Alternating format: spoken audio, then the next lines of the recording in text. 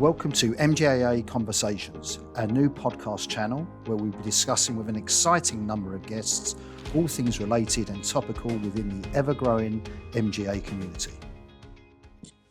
Good morning, I'm Mike Keating, CEO of the MGAA, and today I'm absolutely delighted for the next edition of the MGAA Conversations to welcome Joel Markham, Director of Schemes and Delegated Authorities at AXA. Joel, a very good morning to you. Good morning, Mike. Thank you very much for having me.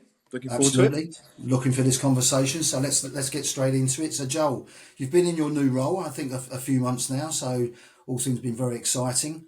You've had time to sort of have a look at what's in front of you. So can you sort of share with the listeners sort of any plans you've got or any particular changes MGAs in particular can see from AXA now under your stewardship? Yeah. 4 months in, absolutely loving it. Our MGA and kind of DA business is all about DA partnerships, right? We've been doing it for a really, really long time. So really lucky we have a dedicated team, all MGA and scheme DA experts, and you know we're in fantastic shape, Mike.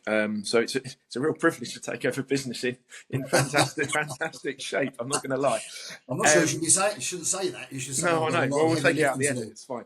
But the thing for me is that sets us up for what I think is really important to MGAs, which is our focus is actually on consistency.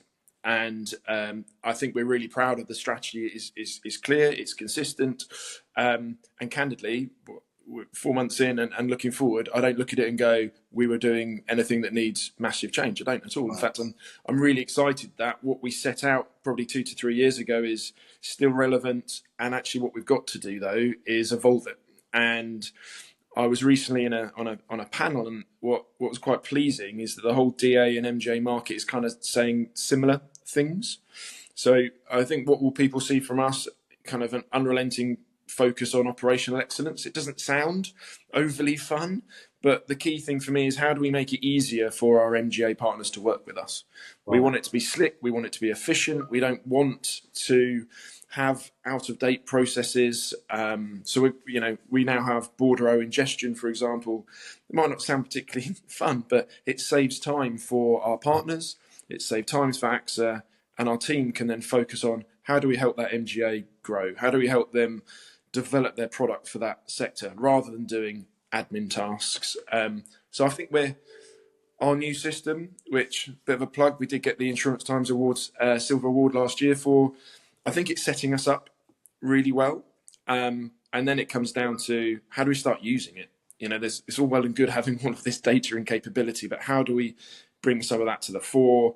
And how do we then work with our MG partners on, right, so what do you want to achieve? What are your product expectations? What are your customers asking for, given you're experts in certain sectors? And the last year, we've launched 2 MGAs with products we've never done before. And I think for me, that's what I want people to go, oh, I wouldn't have thought about AXA for that. I'm going to pick the phone up and have a conversation with Joel and the team. We'll be moving more into latent defects and surety classes in the second half of this year. Right. We've moved into personal accident. So again, it's an evolution of we've done a lot of hard yards to make ourselves more efficient. Now we can start pushing ourselves, and the ambition is to grow on that really stable base. But one thing that really hasn't changed, Mike, is picking the right partners. Right. Because actually, for us, our onboarding process and making sure we pick the right people, they're experts in what they do, whether that's, they've been in the sector for years, or they're underwriters who've been in an insurer previously and they got a real knowledge and thirst for that sector, or they're just embedded in that segment. We want to get our arms around that and go, how can AXA help you grow that? And one of the things that we're definitely looking at is how do we just do more products? I think you can get a bit monoline focused. Let's do a property or the casualty aspects, or actually how do we start looking at that differently and add MLP in, add cyber in, add PA in? How do we get more relevant covers to our MJs and go, look, AXA can do this stuff for you. But like I said, it's evolution. And just going back to the, I say this with a slight smile, which you won't mind, just going back to the operational efficiency piece. Yeah. then you're quite right, and I think that's a great focus in terms of removing duplication. And presumably that will flow right through to the financial model in terms of expense allocation, because naturally, if there's not that sort of a heavy lifting or duplication, then all stakeholders should benefit in terms of that smoother sort of smoother processing. Agree? I mean, it wouldn't be a conversation with you if you didn't mention expense ratio. I think the thing in AXA, which is the same for many, is that we bottom up build our ratio. So we already take into account a lot of the DA, a lot of the work that we are outsourcing and delegating. We don't then duplicate the cost. That said, we have to invest, and that has to be paid for within our CORs and everything else. So yes, I expect that to drive some things forward. Yes, I expect that to evolve what it looks like. But actually, candidly, we're probably already accounting for it already. And one of the things that we definitely do is when we are talking to our partners is the expenses is our problem. It's our part of the chain. Is how do we make sure that we're talking to them about the loss ratios and commissions, and making sure that then we have to make ourselves fit to fight from an expense perspective. And I think in DA there are so many opportunities to leverage that.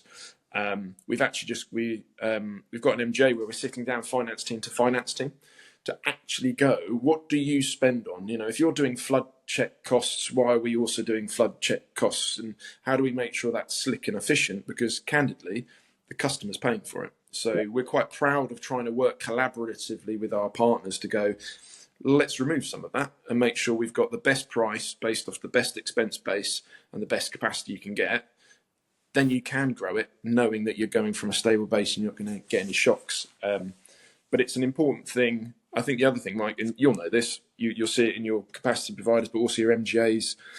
There's a lot of people talking about the same thing. So if we all invest in the same AI and data capability, we truly are just doubling up. And one of the things that came out in the conference this week was, well, if you're doing it, how do we open ourselves up through API connections? How do we join and remove the spaghetti of the industry a bit and use the capability that's here and will it be easier to access in the future?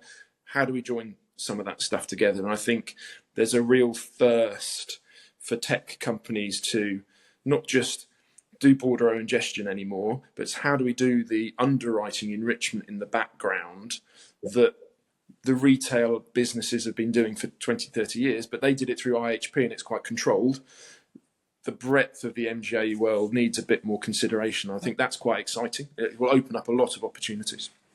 I think that's a great point. That's a great point. And I think actually, in my experience, I think the sector in particular seems to be recognising it needs to embrace this. It needs to do that investment. You know, it's not, you know, dare I say, the talking is over. Actually, it's the execution which needs to be done. So I agree with that completely, Joel. So the other thing I would just, as we go through, the other thing I'd like to talk to you about is MGA startups. Okay, Yep. So you'd be aware that there are probably more I know there are actually more MGA startups than there are sort of brokers actually sort of starting. Certainly for the last numbers I saw for the last sort of 12 months. So you know, MGAs can only operate with collaboration and with capital, which you've already touched upon. But like anything with an MGA startup, and I know you're sort of endorsed, you know, MI and data is absolutely, it's a hygiene factor now, not sort of an arms race in terms of it's critical if you're going to deploy capital. So what's the approach really, Joel, in terms of how if you look at something startup which has got excellent underwriting expertise, you know, the individuals have got great pedigree, they want capital, but effectively they say, well, we can't demonstrate any MI because we've only just got our authorization. So I'd be really interested in your sort of views on that. Yeah, and I think it's a real opportunity for the whole sector and the whole industry, because actually you've got to think about why is that individual or collective group of people, why are they setting that MGA up? A lot of them tend to be trying to go on emerging risks, or they've seen a customer segment that isn't being serviced in the right kind of way, or their brokers are asking for something that they can't quite access, that doesn't do the full product suite that the customers might group. And I think that's kind of for where we start is let's just understand what are they trying to achieve. not many insurers are just going to go, that sounds fantastic, get on with it, crack on. There's too much oversight, there's too much regulation in terms of just being able to do that, and all of that is completely right and fit and proper. So from our side of things, we generally come back to some of our guiding principles, which is, let's sit down with them and understand what is it that they are trying to achieve. And of course, we will ask, what data do you have? Yeah. We don't want them breaching confidences. We don't want them breaching things that they can't talk to us about. But we do need to go, why do you think it's going to work? Broadly, why do you think that is a loss ratio that you can achieve? And one of the things that I think is a really important question that sometimes gets overlooked is, how much investment and cash do you have to achieve that? Because candidly, if we are going to back somebody, we don't do annual contracts. We're in it for 3 to 5 years. Yeah. You need quite a lot of cash. You need quite a lot of investment to make sure that that is going to be a stable business to grow, especially if you're going to move into some of the B2C markets and you're going to be on SEO and PPC. You've got to spend a lot of money. So for us, it comes down to, do we trust them? Do we really understand them? Do they understand their market? And I think it's a favourite question that one of the CEOs of our MGAs asks me, and I always come back to people, performance and profits. When you've got a new startup, the second two are really difficult to underwrite, but there are ways to do it. And some of the business plans that we see, and I think we're lucky at AXA because of our brand, we get approached a lot. We see business plans that are 2 pages long, and we see business plans that are 50 pages long. We are going to be drawn to those that have much more detailed plans. They have much more understanding of the segments they want to go into. They've got clarity on their distribution and how they're going to achieve it and be fit to fight and relevant in a market for their retail brokers. Even things like, do they understand the commission that they're going to need to pay to be relevant to that group of brokers compared to a composite market or another MGA that's in there. But performance, you can't get away from it, but you can look at it in a different way. So what type of business do you expect to write? What flood, use a property example. What flood profile are you expecting to write? Because broadly, we will have a proxy with all of our data that tells us that will run at a relevant loss ratio that we can understand and model. Same way, if someone goes, we want to write a 10 million limit in PI, we will have a view on our book of how that looks and might perform. So we can fill in the gaps. And I think that's where, working with AXA, we have that data, we have that capability, we have the breadth of our business to go, actually, we can fill in some of those gaps for you. And I think at those times we probably have to say no to some and go, look, that sounds like a great idea, it's just not going to work for us. We backed 5 startups last year.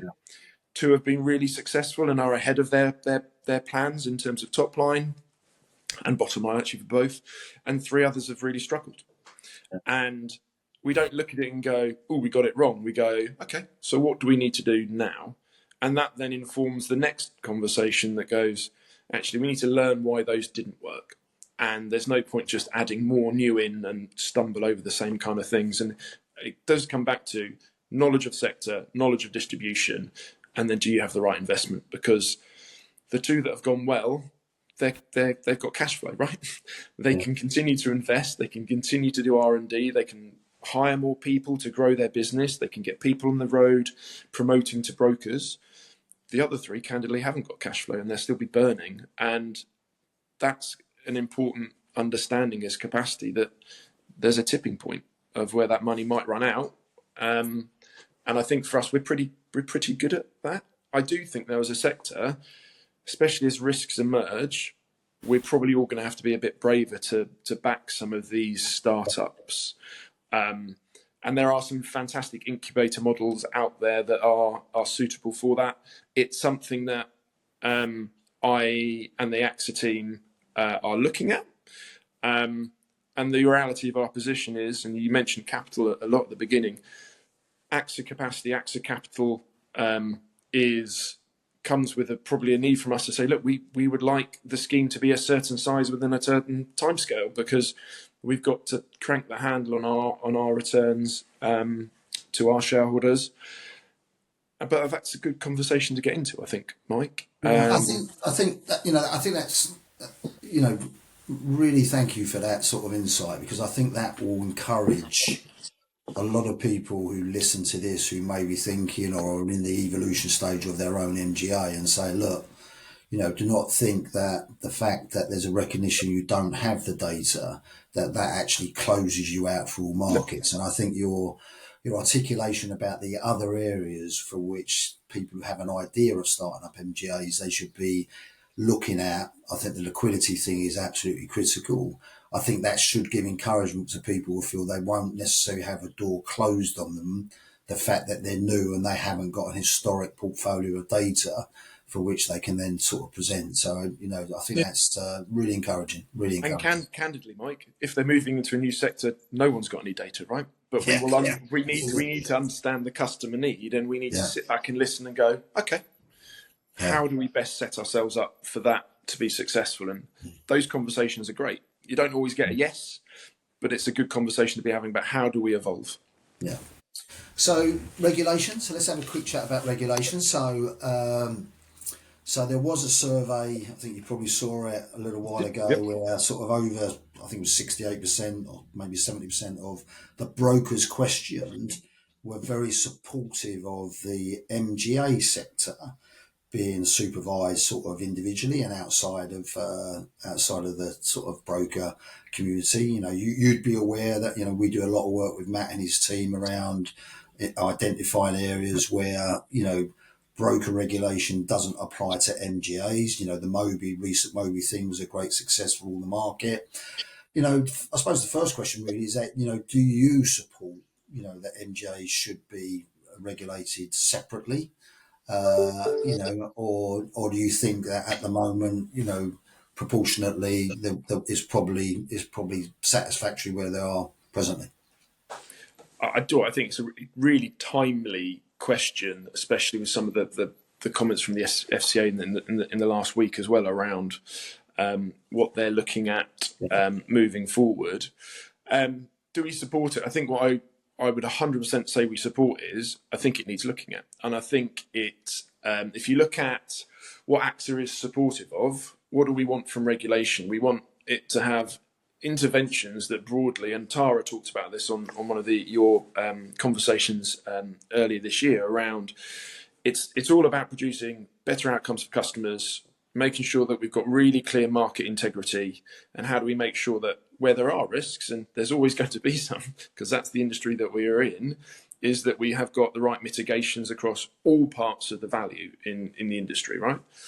And I think for me, if you look at how MGAs are operating within that regulation at the moment as intermediaries in places, and to your point, but then only in specific bits of it, if you take Moby as an example, actually that unique position in the distribution chain isn't particularly clear in places. And I think I just lost connection, so I don't know if that bit came in, but anyway. Now we'll resolve that. It's not a problem. Fine. And I think so. I think actually we should probably look at it and go, the MGA position in the market is really unique, but it's also really complicated. So if you think about what can be under an MGA or MGU or DA broker scheme, you've got international UK, you've got consumer versus non-consumer, you've got company paper versus LMA. It's a complicated sector, and I think therefore looking at it and making sure that we find something, you use the word, Mike, and I think it's correct, is proportional, but also appropriate. Ahead of this podcast, I spoke to a couple of our MGA partners at a conference this week, and they were both saying it needs to be appropriate. And I think at the moment, that's the question, is how do we make sure that any review is detailed, it's collaborative? Thank you to the MGAA for everything you're doing with the ABI and the Memorandum of Understanding. That's a big step forward, right, in making sure that we've got people listening to this sector. But we've got to kind of jump on that, I think, and make sure that we do get the right conversations. And candidly, as I mentioned earlier, a relevant framework that is able to reflect that unique role of MGAs. It sounds sensible as long as the unintended consequences are thought through, so we don't stop the innovation and creativity we've just been talking about in the MGA sector. We don't burden the MGAs unnecessarily, but conversely, as capacity, we don't then want to then be burdened also to be regulating them as MGAs and asking for all of the oversight and doing the regulatory oversight and doubling up. Again, something we've talked about already around just operational duplication, regulatory duplication, who become really complicated. And so I think for me, it's around, I think it's a really good question. And it's something that probably the MGA sector is right now to be considered and put through a different lens of, let's just see what could be proportionate and appropriate. And I don't think we could have done it any sooner, if I'm honest. It feels like this is the right time to be lifting the lid and bringing that transparency in. But it's got to be collaborative and it has to be appropriate. Yeah, and you know, we're, as you know, we're leading that with Matt and his team. I think one of the things I would sort of share, which I may have shared with you or some members, is that when I've informally talked to Matt and his team on this, he has quite rightly made the point that, you know, he's got 8,000, I think, firms to regulate, and he's got, I think, 120, 130 people. So I think we can't, you know, that's not a reason not to do it, which I agree with all your sentiments, but we have to be mindful of the bandwidth, and also, as you rightly point out, to say that, you know, if we're going to do a supervisory separately, that, you know, all those definitions and what falls within MGA, MGU, because clearly my view would be that brokers with binders wouldn't fall into that supervisory; they would stay where they currently are. So that just highlights at that high level sort of the things you've just articulated. So, but we will continue to engage with Matt on behalf of all members on that, because it's, as you say, it's a great conversation, and it's becoming more and more relevant and timely as we move through. And I think the other thing I'd add to that, Mike, is, and we've both mentioned it already, is there are a lot of emerging risks coming. The MGAs will want to evolve and innovate within that. We need a regulatory environment that allows that innovation to thrive. And your point around being really clear on what sits where. One of the things that we do at the moment is there's definitely duplication, because we're asking questions of MGAs who are then asking questions of brokers who are then asking questions of, you know, potentially wholesale brokers into brokers. Yeah. The chain's long already, and whatever we do, it's got to be really defined. And I probably agree with you. Actually, there MGAs versus DA schemes are different. The models are different. The risk is different. The customer outcome risk is different. The value chain is different. Just from a capacity perspective, you look at delegating wordings, claims, actuarial, all of that, it's kind of has to be accounted for somehow, right? So it's completely the right conversation.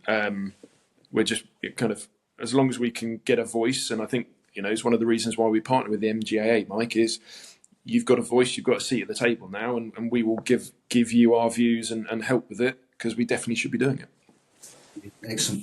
Okay, I want to pivot a little bit to talent, new talent. You know, sort of, again, it's something I think quite a soapbox of mine, that we all have a obligation to ensure that we promote our industry, the sector, about what a great industry it is to work in. And there was sort of 10,000 of us at one point all together this week in Manchester, which catching up with sort of new old friends, as we talked about before we sort of started this sort of podcast. So, you know, through your lens, Joel, sort of, you know, both personally and in terms of with AXA, with your director role on, you know, what do you think, what do AXA do in terms of promoting and retaining talent, and what do you think sort of personally the industry needs to do more of? I mean, I love our industry. I think you already know I'm a bit of an insurance industry geek. So I think it's a fabulous industry, and I think we undersell it. And not only do we undersell how brilliant an industry is, I think we undersell the breadth of career, not just jobs or roles, careers that you can have in the insurance industry. And if I look at those opportunities, the amazing people you talked about, the conference throughout this week, you look at that room, the diversity within that room. We've all got a role to play to bring new talent in. Why? Because They're already challenging what we do. Yeah. They are our future customers. They are our future director of schemes and CEO of the MGAA, right? And unless we bring them into the sector, we all miss out. And I think we've been quite clear at AXA around, especially in the last couple of years, of being proactive in that and training our own, growing our own. They sound really easy to do, but they're not. They have to be a strategy. You have to put money behind it, and you've got to believe in it. And we've relaunched underwriting academies. We've got more apprentices in our business than we've ever had before, and that's great because you see people come in, and then you got to believe in them and trust them and get them their underwriting licenses. Not too quickly, but in a relevant period of time that they can then go off and thrive and learn. You can give them the mentoring and coaching that they get at AXA. We've launched we've got a data and AI academy, but for the exact same thing. And I think it's really cool. And yeah, I think cool, and I think the thing that's different there is that's not just about new talent. That's about people like me who can talk about data and AI from a strategy perspective, but I'm not the person using it day in, day out. Actually, let's find people who've been underwriting for 25, 30 years, and we're getting them into these academies because actually they know how to underwrite. They know the pinch points of our processes. How do we use their knowledge and expertise to improve our business? It's only going to be good for the new people that come in who don't join and go, why are you still using spreadsheets and Word documents and various other things? So AXA's taking it really, really seriously. But I think a big thing then that builds off that is you need diversity of thought, you need diversity of talent. And that isn't just around, gender or ethnic diversity or in sexual orientation, any of that. It's also around diversity of thought. So we've joined GAIN, so the group for autism, insurance, investment and neurodiversity, because we want to strengthen the support for our employees, but also demonstrate that AXA is an environment that neurodiverse people can thrive, and that we are understanding of the environment that they need, and give them a workplace that they enjoy. At the conference this week, some of the best conversations, there was 16 to 18-year-olds on the AXA stand who had been brought in from a school thanks to Donna at Carpenters, and those kind of conversations, and you see their eyes light up and go, I thought insurance was just what my parents bought for the car. Yeah. And it's so much broader than that. Yeah. And that's what we've got to deal with. I remember going to university and coming out and I've got to insure my car. I've got to buy the car first off, so I've got to go and get a job. And then I've got to insure my car. I don't know how to do that. But we've got to bring people in and make insurance more of just part of their lives, and they can relate to it. And then the careers that they can build are phenomenal. And at the MGA market event in January, you had Joel and Clear and AXA. We're all saying the same things. We've got to do it. And I think what I'm now seeing is more a collaborative approach rather than an individual insurer or capacity or MJ going off and doing their own thing. AXA partnered with somebody a couple of months ago, and we had over 70 people in a room. It was cross-insurer, cross-broker, cross-role, all celebrating how do we help bring people through, how do we celebrate and promote people within businesses, and how do we give them the confidence to go, there's a better way to do that. And we've got to be brave enough to listen. So I'm really excited about some of the things that AXA are doing. I think we take it really, really seriously. And it's something that even when, market cycles change, we're still investing into it. We're still taking it seriously. And in our Schemes and Delegated Authority business, we've got at the moment 9 trainees, and we love having them in our business. And they are connecting with the younger generation at our MGA partners.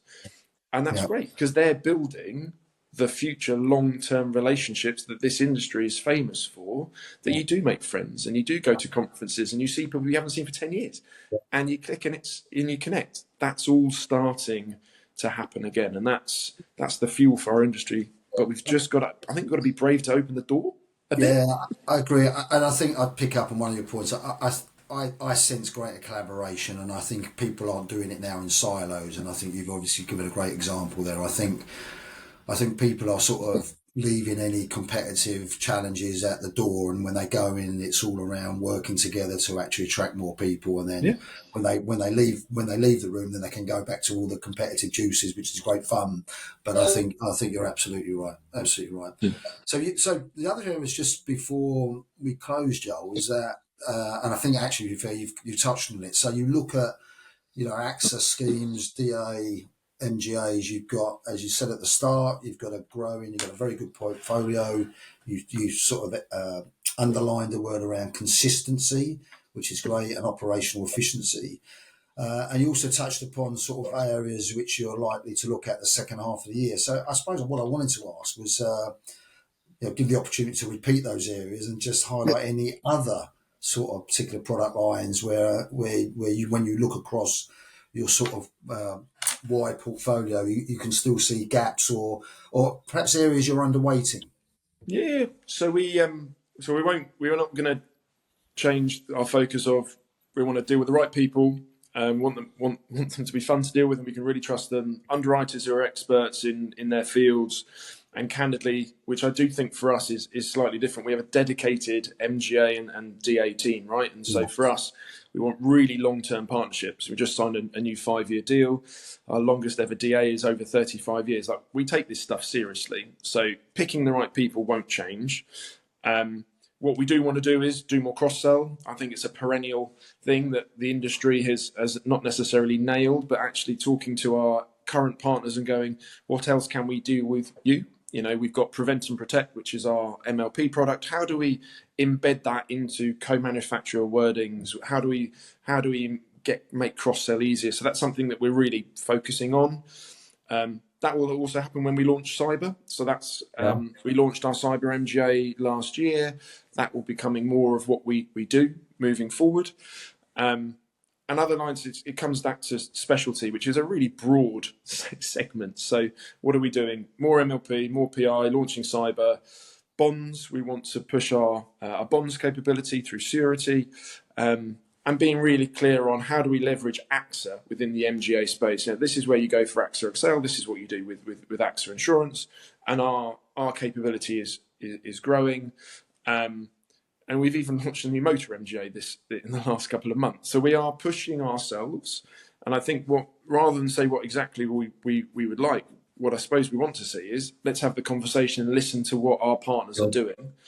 And if I was to fast forward 12 months, I'd love, people to be, I wouldn't have expected AXA to have done that. Because actually we have the ability to take the power of AXA, the brand of it, the balance sheet, and go, what is it that our MGA partners need? And hopefully all the tech will make we're even more efficient, and life will have evolved. But more of the same, but really then pushing down to go, what do our partners need? And then the last thing, Mike, and you know that we do this, but a lot of people probably don't, is people probably assume that we just want to do 100%. Actually, we're in follow, we're in line, we're in consortia. We are learning and evolving around what do MGA partners need. Yeah. And for me, that linked with our dedicated team, that's all that we do, I think it's quite a powerful offering and proposition, which is why I always come back to right people, right products, and in it for the long term. And that, hopefully, that's why we're consistent and that's why it's working.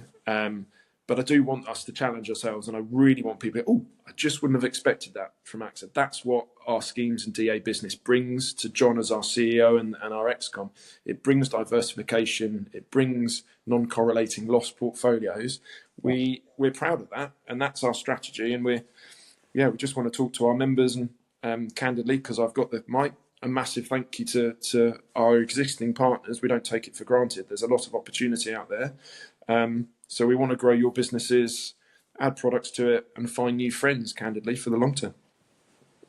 Okay. Well, I'll tell you what, because I was going to ask you what, if we did this in 12 months' time, what would you hope to say? But you've actually already covered that by saying that one of those things probably at the top of the podium would be, I didn't know that AXA would actually do that. So that's clearly one of your sort of great ambitions on that. So, and again, I'm sure all our listeners who no doubt will be one of some of your partners will be delighted to hear how positive you're feeling about the direction of travel. always sort of underlined by retaining underwriting discipline, which again that you've covered. And Joel, just leaves me to say, look, again, thanks very much for your insight. Been absolutely fantastic to talk to you. Great messaging, and have a great weekend. And I'll catch up with you soon. Have a good one. Good man. Thanks, Mike. Take care. Thanks, Cheers. everyone. Cheers. Yes. Many thanks for listening. We welcome all feedback, so please get in touch with your suggestions on topics and future guests. Please don't forget to subscribe on your chosen platform so that you don't miss out.